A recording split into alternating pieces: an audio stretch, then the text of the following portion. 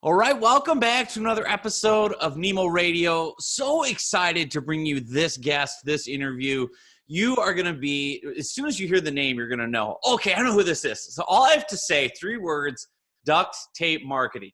That's all I need to say, John. The rest, just take over the show. But for those of you who have been living in a cave the last 20 or 30 years or have never ventured into the marketing and business worlds, Jantsch is joining me today. He is a small business marketing speaker, marketing consultant, best-selling author of Duct Tape Marketing, the referral engine. We're going to talk about his latest book, The Self-Reliant Entrepreneur.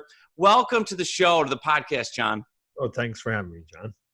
So I want to start with something a little different. I was snooping around your LinkedIn profile because I'm a LinkedIn guy, as you may or may not know, and it piqued my interest. I want to start with a little bit more of your backstory. So I see that you graduated the University of Kansas in 1982. You missed Danny Manning and the Miracles by about 6 years, right? Before the glory days. I was there for the championship that particular year. Actually, the final was in Kansas City. It was the last time. Oh. And I'll just tell you what a special day that was. The Royals home opener was in the afternoon. And then I went to the final game where they won that championship. It was in Kemper Arena in Kansas City that evening, and it just all coincided with my birthday that year. Wow. That's like, you should have just retired your sports fandom at that point. It wasn't good. And then the Chiefs win. I know you're a Chiefs fan. And so you're living large. I have to go back to 1987 as well. That's when the Minnesota Twins won a World Series, and it's been barren here since then. So it's been a rough run for us. But I want to hear more about your professional journey. And as we talked off air, my audience is going to relate a lot to you. I've got business coaches, consultants, small business owners, many of whom are kind of starting out, trying to build that business that you have. And I have to assume, John, you just didn't just descend from on high and have all the answers and have no struggle. So can you take us through the early years and how all this led into what you're doing today? Yeah, so I haven't done a lot in terms of jobs. I had right out of college, worked for an ad agency for about 5 years and really just kind of wanted to do my own thing. I thought, well, this isn't really that hard. And with no plan or anything, jumped out, and I knew I could hustle work. And so I picked up some projects under kind of the heading of marketing and started doing things and building things and learning things. And I got a couple small business clients, and I really enjoyed working with them. But I also found them to be the most frustrating because they didn't, have they had the same problems really as much larger organizations, but never the same budget or even attention span, for that matter. So I decided at some point that what I was going to have to do in order to work with small business owners was that I was going to have to create a very systematic approach where I could walk in and say, here's what I do, here's what you do, here's the results we hope to get, here's what it costs, want it or not. And to my surprise, what I think I accidentally tapped into in trying to solve my frustration was that probably the greatest frustration with small business owners still today, and maybe even getting worse, is it's really hard to buy marketing services as a small business. I just spoke with somebody this morning, and they have an SEO person, a pay-per-click person, a content person, a person that does their website, person that writes emails for them, and they're all, 5 different companies, trying to put this together. And, he was just really frustrated with the fact that they don't communicate, that, some report, do, reporting well, some don't, but, he really never felt like he knew, what was going on in the business. And I think that's kind of when I tapped into this, marketing as a system, and all these components have to work together. It's, we're just going to grow the business and not, necessarily buy tactics.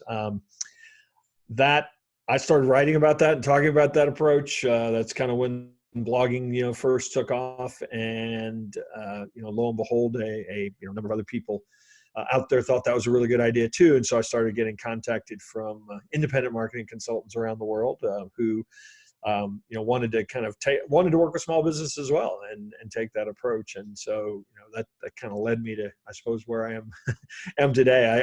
I guess I skipped the part where the name came in there. The name of my business at the time was not Duct Tape Marketing.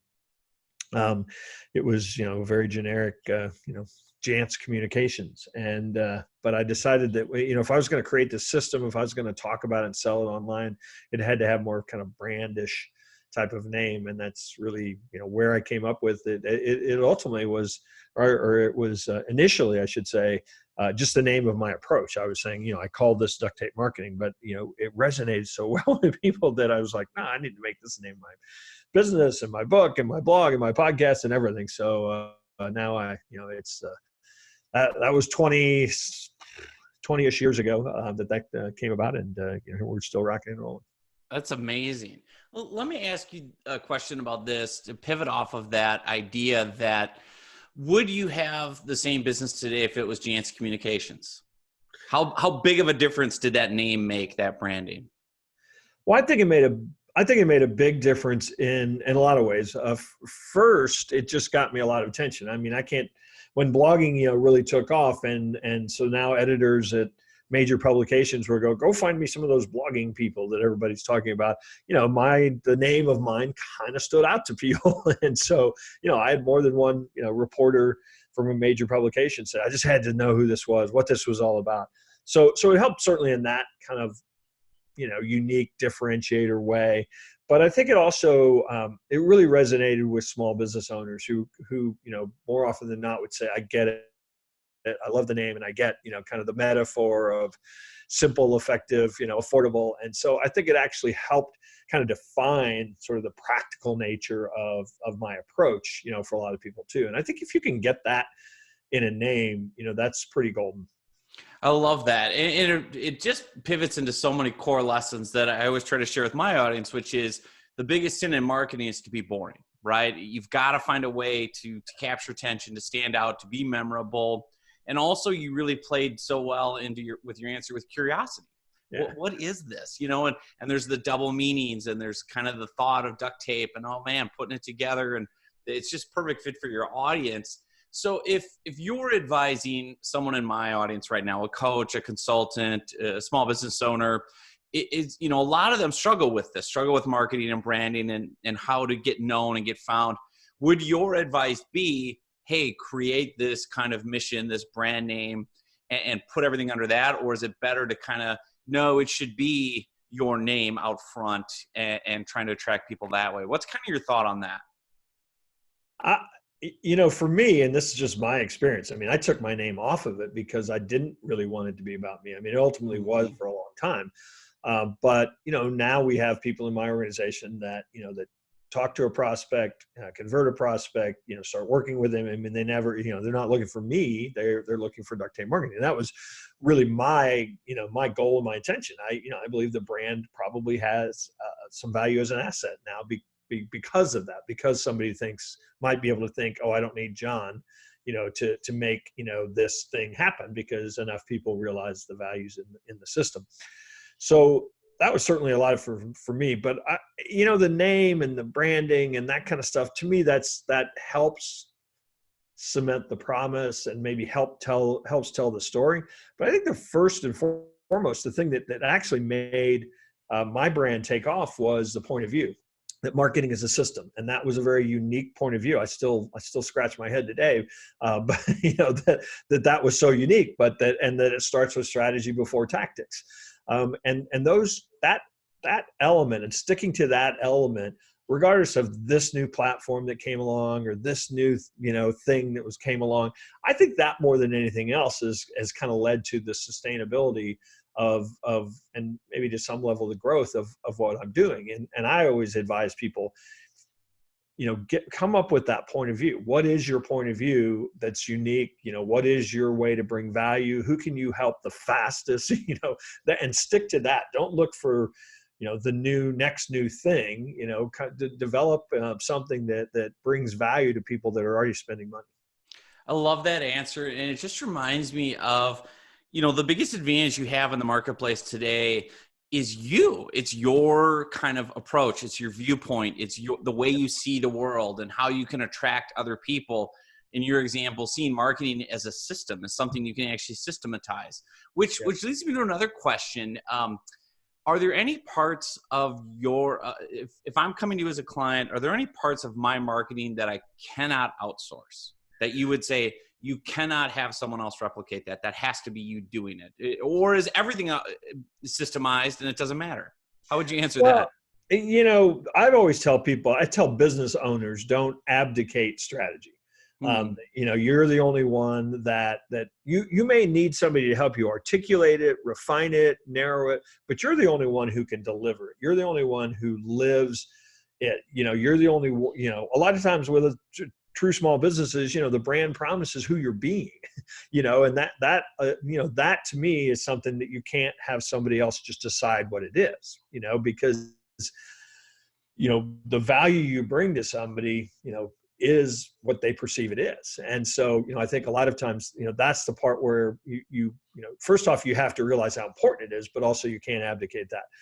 There are elements that I think, again, and it partly depends. If you're selling a $29 thing online and you just need to get a whole lot of people to buy it, that's different than, you are a, management consultant who, needs to get people to trust you enough to spend $50,000 a year with you. I mean, those are two different, completely different ends of the spectrum, I guess.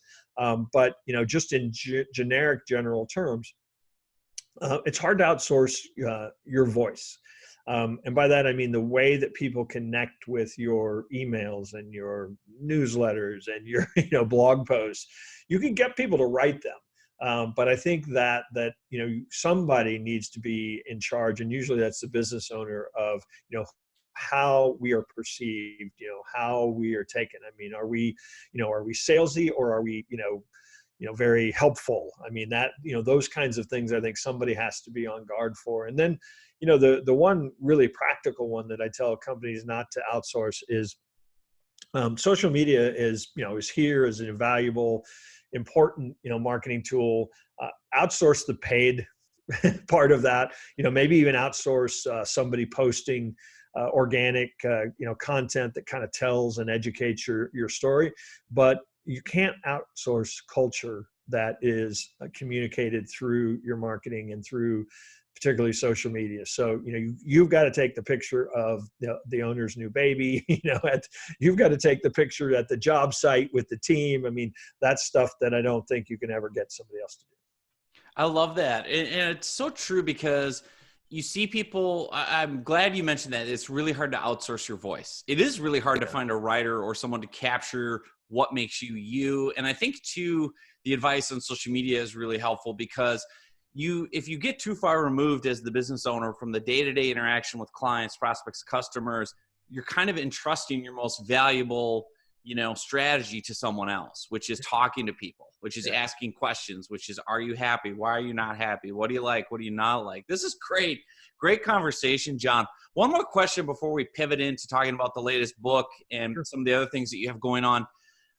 When you were growing your business and your brand, and now obviously you have a team of people, how did you do that? What were the struggles that you had going from just John, the solo kind of consultant helping clients, to having kind of a big company?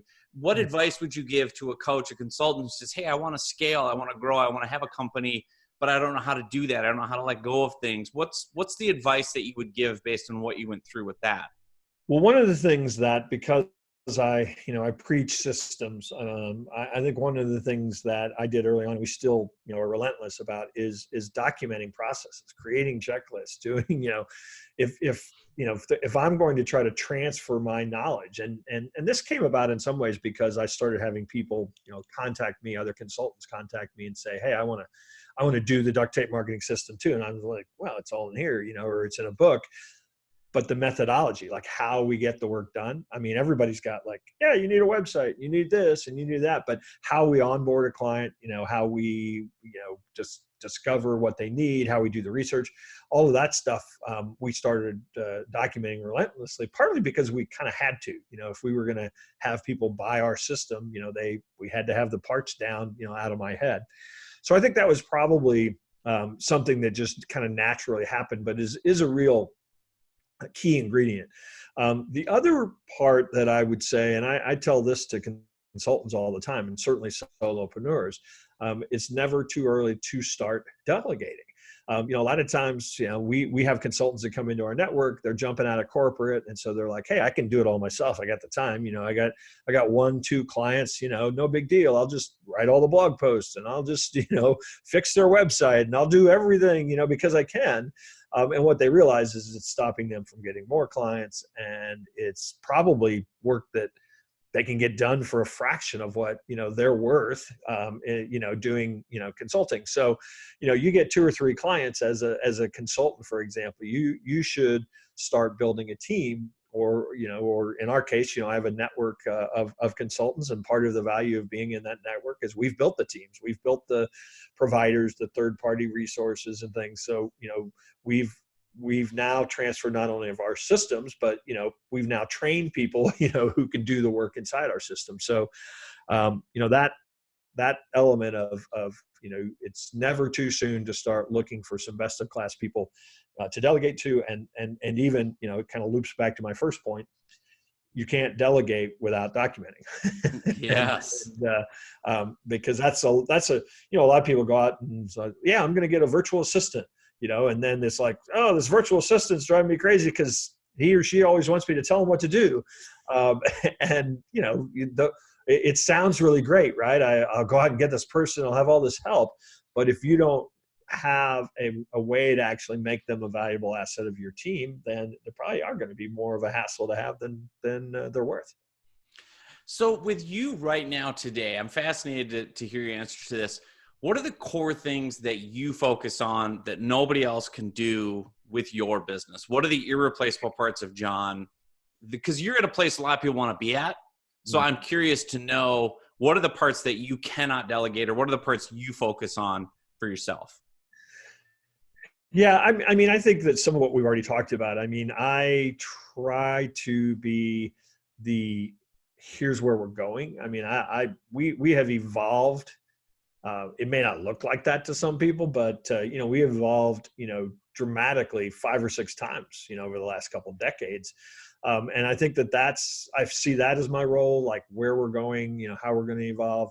And then I really do think that, and sometimes I lose touch with this because it's a lot of work, but I really do think that I'm my voice and kind of the content that we put out, the thought leadership, if you will, those are things that I think people look to me to provide. And if I'm not providing those, I don't know that I have that much value anymore. Yeah, this is great stuff. I love it. I love it. I love it. Okay, so I want to talk about the latest book, The Self-Reliant Entrepreneur. Why this book and why now? What prompted this? Sure. So, yeah, it probably takes a little setup of what the book is. So the subtitle is 366 Daily Meditations to Feed Your Soul and Grow Your Business. So if you're counting along with me, what that means is you get a page every day. A simple, maybe sometimes not so simple, but, very, very manageable amount to read every day. It's a calendar book. So, we're recording this on February 17th. So there is a page for February 17th.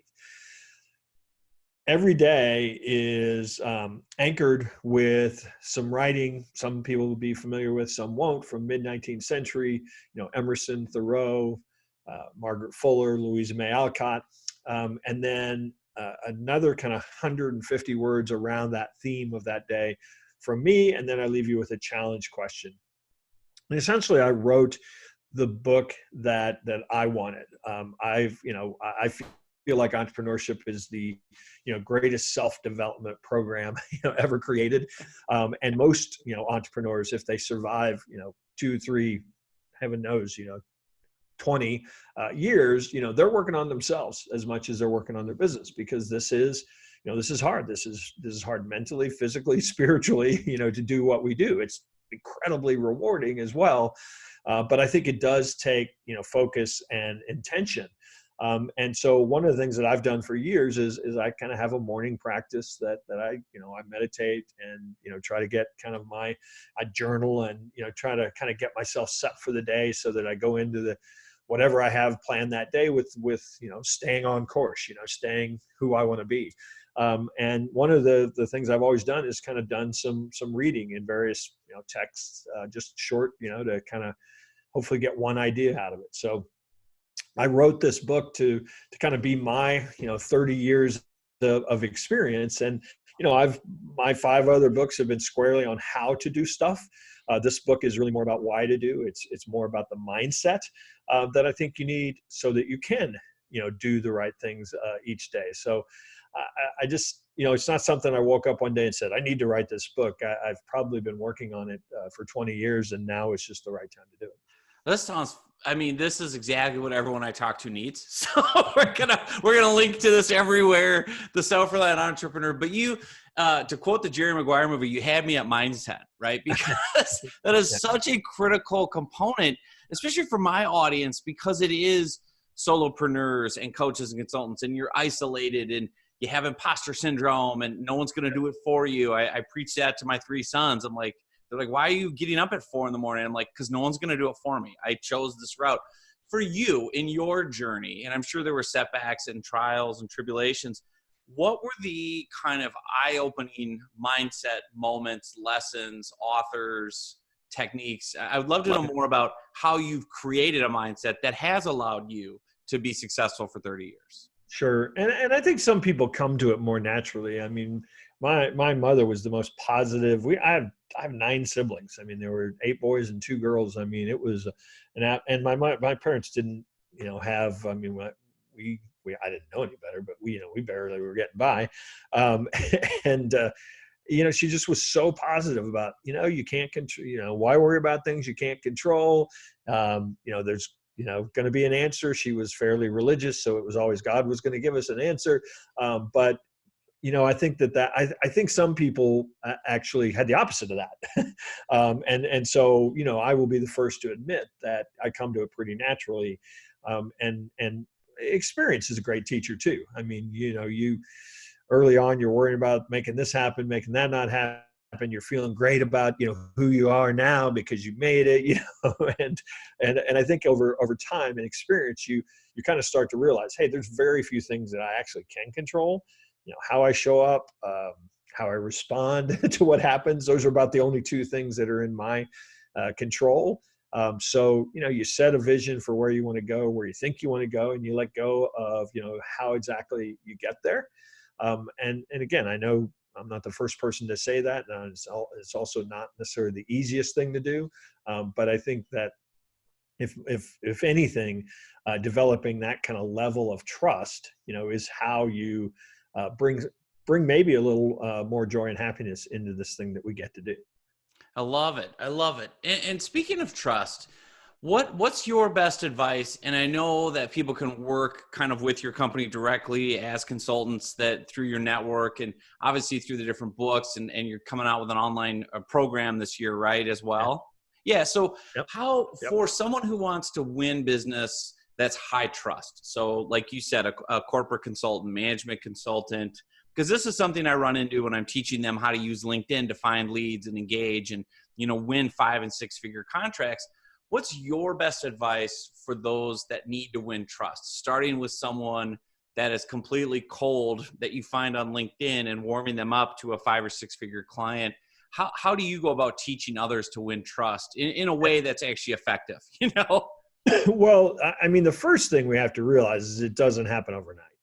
Mm-hmm. I mean, and unfortunately there are, a whole lot of people out there, selling courses. LinkedIn's the one that it seems like it's settled down a little bit, but I used to get 3 or 4 pitches a day from people that were, LinkedIn experts that were going to show me how to, get 4 appointments a day. That may happen in some people's world, but, particularly in somebody who is not familiar with you, trust. I mean, just think about any relationship. That's what you're building. If somebody has a huge need that you can fill, they are going to be motivated to solve that problem. But we're also, very leery of the mistakes we've made. A lot of times when people don't trust people, it's because they've been down this path. They've been burned 4 or 5 times. They, bought this course, this get rich thing. And so, we're leery. So, the way that I think that you have to be able to trust is, first off, you have to be trustworthy. You have to live by a set of core values that people can, experience in who you're being. And, we know, and I think sometimes what is tough for people is, we know we have the solution. We know we can get you value. We know this thing is awesome and you should know it too. So that, that sometimes, kind of stops us from saying, no, we got to slow down. We got to, take the steps. We've got to let people learn on their own. It's become kind of cliche to say it, but I mean, you just got to deliver value. You've got to go beyond. And the good news is the bar's not that high. I mean, there's so many people pitching stuff like on the first contact that, you just have to go a notch or two above that to stand out. And to me, that really starts with a genuine personal interest. That doesn't just mean, okay, you connected with somebody, so then you write to them and say, I want to know, I'd like to learn about your business. Well, do some research. You should know about their business. I mean, you should know probably what most of us had for lunch today. So, it's very clear, when somebody's taken the time to actually intelligently learn a little bit about somebody and what they might be trying to accomplish, rather than, sort of the mass sending of, let's connect and see if there's any synergies. Right. This is so helpful, because it's this great challenge that people have, John. And you and I grew up pre-internet and entered the world pre-internet. And I remember, what it was like to kind of have to like personally connect with someone and interact and ask questions and say, oh, I see you went to KU, man, were you there for Danny and the Miracles? And all of a sudden we're kind of getting into your story and pivoting. And now with LinkedIn, I think a lot of coaches, consultants looking for lead generation, they just don't view the person on the other end of that invite as a human. And it's just a number, right? Throw out 300 of these invites, maybe 2 will hit. That's all I want. And how do you coach people though to balance that of the reality is you have to go a little deeper, but yet the consultant says, I don't want to do 15 coffee meetings a day with people that are tire kicking and aren't qualified. So how do you balance that when you're reaching out for leads? Sure. Well, so the first one, and this is where I work with a lot of consultants that, they see all these funnels and all this stuff that can be set up and they think, oh, this is great. We can just automate the entire process. But then I ask them, well, how many clients do you really need? Well, 6 or 8 would be, awesome. It's like, well, why are you setting up the 2,000 leads, a week program then? It's like, maybe what you need is 10 good quality appointments. I mean, if you got in front of 10 of the right people, would 6 of them become clients? Oh, well, yeah, right. So it's worth spending the time, so actually, put out there what you put out there. Once people start to actually respond to it, make them do the work. I don't mean that as crass, but I just mean, if you don't have some sort of way to actually figure out, what their problem is, figure out if you're a good match for solving their problem, figure out if they have the means and the desire to solve that problem, then you are going to meet with tire kickers. So, I mean, I've for years used a process when people will contact us, it's like, yeah, here's the first step, so that we can spend 30 minutes together just completely focused on solving your problem. You need to answer these questions for me. And that, for some people, it's like, no, I just want the meeting. Anytime I just took the meeting, it was a disaster, because it was too hard to get them focused on, what we think, they need. And I think until you can get people to tell you what they need, until you can get them to, to tell you what solving the problem that they have, would be worth, I mean, you are going to meet with a lot of tire kickers. And this is a brilliant thing that you've done throughout your career, and maybe not even intentionally from the beginning, because it didn't exist probably when you were first publishing a lot of this, but you've really done a great job with your books, pre-qualifying people with your content, so that by the time they come to you and reach out, if they've gone through your content, they are qualified. Yeah. And this is, I hired a business coach that I've had for 10 years based solely on randomly finding his book on Amazon, I liked the title. I fell into the book. Yeah. He shared a lot of great wisdom and value in the book, and his personality and his, hero's journey. So that by the time I reached out to this individual coach, I said, how much do I have to pay you? It's very easy. And so that's what I try to teach, clients now with content, is use content to attract and qualify. I love the direction that we've gone with this.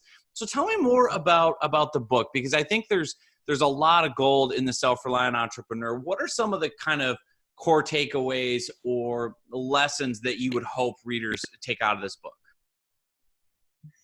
Well, I mean, there are some themes that come up quite often. Trust is one. I mean, and when I say that, it's self-trust, curiosity, experiencing things, non-judgment. Again, we waste and expend a tremendous amount of energy, thinking that things are good and bad, people are good and bad, ideas are good and bad. That takes us, all we have to do is turn to Facebook and compare ourselves to everybody there. Gratitude and grace is a repeated theme.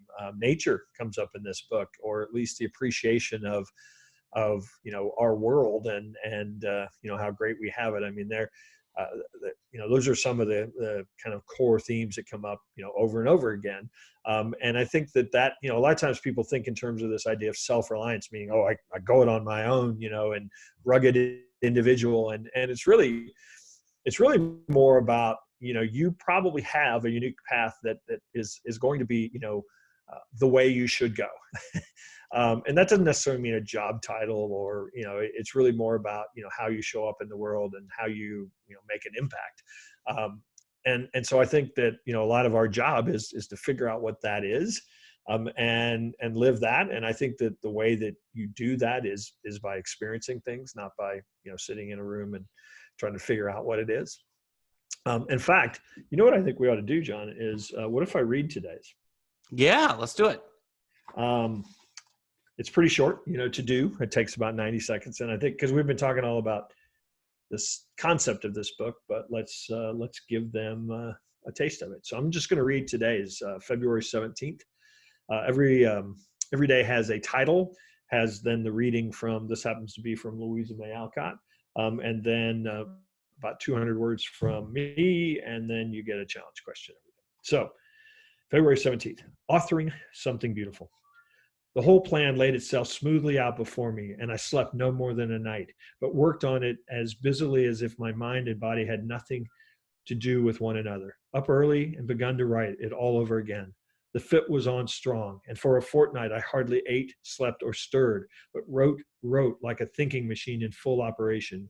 When it was all rewritten, without copying, I found it much improved, though I'd taken out 10 chapters and sacrificed many of my favorite things. But being resolved to make it simple, strong, and short, I let everything else go and hoped the book would be better for it. Actually, Louise May Alcott describing how she wrote Little Women in her journal. And then for me, I talk a little bit about it. Norman MacLean's novella, A River Runs Through It, includes a passage that captures today's reading well. One of life's quiet excitements is to stand somewhat apart from yourself and watch yourself softly becoming the author of something beautiful, even if it is only a floating ash. That is perhaps the truest description of the magic trick you must perform in order to become self-reliant, to stand somewhat apart from yourself and let go in hopes that whatever it is you're engaged in would be better for it. In the movie adaptation, there's a scene where the narrator describes how his father taught him the art of writing lay in simplicity. The son would present an essay and the father would approve and instruct his son to make it half as long. So your challenge question today, what can you remove from your journey right now in order to make it better? Oh man, that is beautiful. And I love strong but simple. And it reminds me of a phrase, I can't remember who said it, another author, but kill your darlings. Louisa May Alcott talks about that, because yes, can you make it shorter and make it better? And, that's just great. That's a great example of a digestible thought or tactic you can take into today. And thank you for sharing that, John. I think that's a brilliant way for people to get a good flavor for this book. And everyone needs to get it, and we will link to it all over the place here in the episode. But I wanted to explore also a little bit more on curiosity, because you may not remember this, but I flagged this email from May 30th, 2017, because I was stunned. I saw that you purchased a $17 ebook for me. I think it was on webinars. And I'm like, oh my God. I'm like total fanboy mode. But I was like, I didn't even know you knew who I was. Like, what was interesting was the lesson I learned from, you wrote me back. You said, thanks, John. Always keep learning. And I thought, this is fascinating. This is a guy, I don't know where he found me, how he heard about me. He bought one of my products on webinars, and it had no ego about it. It was just like, always keep learning. Like, where did that come from for you, that curiosity, and how has that served you? Well, again, I think it's one of those things. I know curiosity has actually become a hot topic. It's just something that I think I was born with. I told you my story about having 9 siblings. And so there's kind of a story in my family, and it's mostly myth, but you know how these stories, seem to grow a life of their own. But the occasional time when my parents would take all 10 of us somewhere, my legend has it that my mom would say to my father, you take the other 9, or I'll take the other 9, you watch John. And, it wasn't that I was a terror. I just was insatiably curious about everything. And I wanted to know how it worked. And I wanted to tell people, about it. So that's something I think I was just born with. But in terms of how it served me, I really think that I really think that I have nurtured it and used it as an intentional tool. And I think the value, if I bring value to my audience in a lot of ways, it's because I'm looking at things that they maybe are curious about, or maybe don't see, or maybe all they see is the way that the public talks about a tool. And I've explored it, I've looked at it, I've pondered it, I've read books, completely unrelated to marketing, to get even better ideas and stories about how to simplify things. And that's, so in terms of how it served me, it just, I probably give that, aspect of my personality as much credit as anything, for any level of success I've achieved. That's amazing. I'm so glad you shared that. That's such a great, I love when we can have a narrative to remember someone by. Now I'm always going to remember that topic of curiosity and you and your parents, and like, you take the other 8, I'll take him, or you take him, I'll take the other 8. That's a great analogy. So as we wrap up, what I want people to know how they can work with you, how they can find you, how they can find the book. What are the best ways for them to connect with you, John, with your company, with your content? Take us through the options.